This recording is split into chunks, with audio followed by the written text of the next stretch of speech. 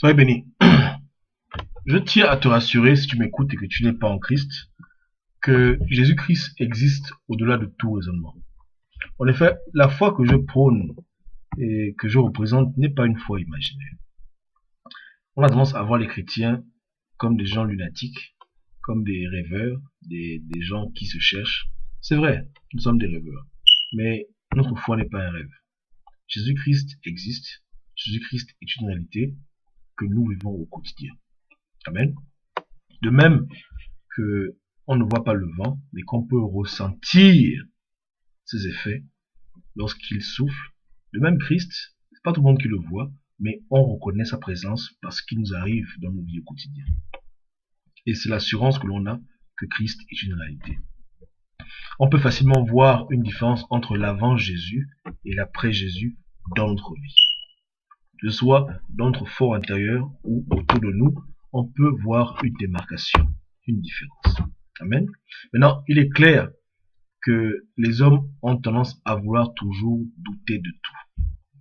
Et que le consensus, la majorité, souvent l'emporte sur la foi de plusieurs. Mais aussi vrai que le vent souffle, Jésus-Christ existe et il est vivant, il est présent. C'est juste peut-être la science qui n'arrive pas encore à détecter sa présence, ou les hommes qui n'ont pas encore atteint ce niveau de conscience, mais le Christ existe. Et pour ceux qui le connaissent, pour ces brebis, cette communication avec lui est réelle et vivante. Amen. Donc Jésus-Christ existe.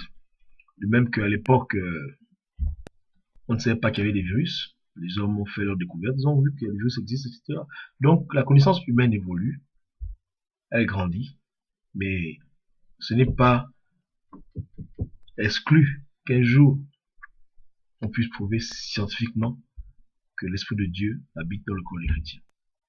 Mais d'ici là, lorsque les athées doutent de l'existence réelle du Christ et de sa présence perpétuelle dans nos cœurs, on ne peut que prier pour eux que Dieu les aide à arriver au niveau. Mais Christ est vivant. Donc je t'assure, il est vivant. Maintenant,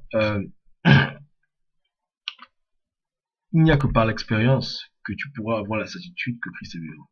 Voilà pourquoi je te demande de prier et de demander à Christ de se révéler à toi, afin que tu puisses avoir la conviction, non pas parce que je t'en parle, mais parce que tu vas vivre toi-même des choses avec Dieu, et tu pourras témoigner de sa présence véritable dans ta vie. Amen. Parce que la foi est quelque chose qui doit s'expérimenter, doit se vivre.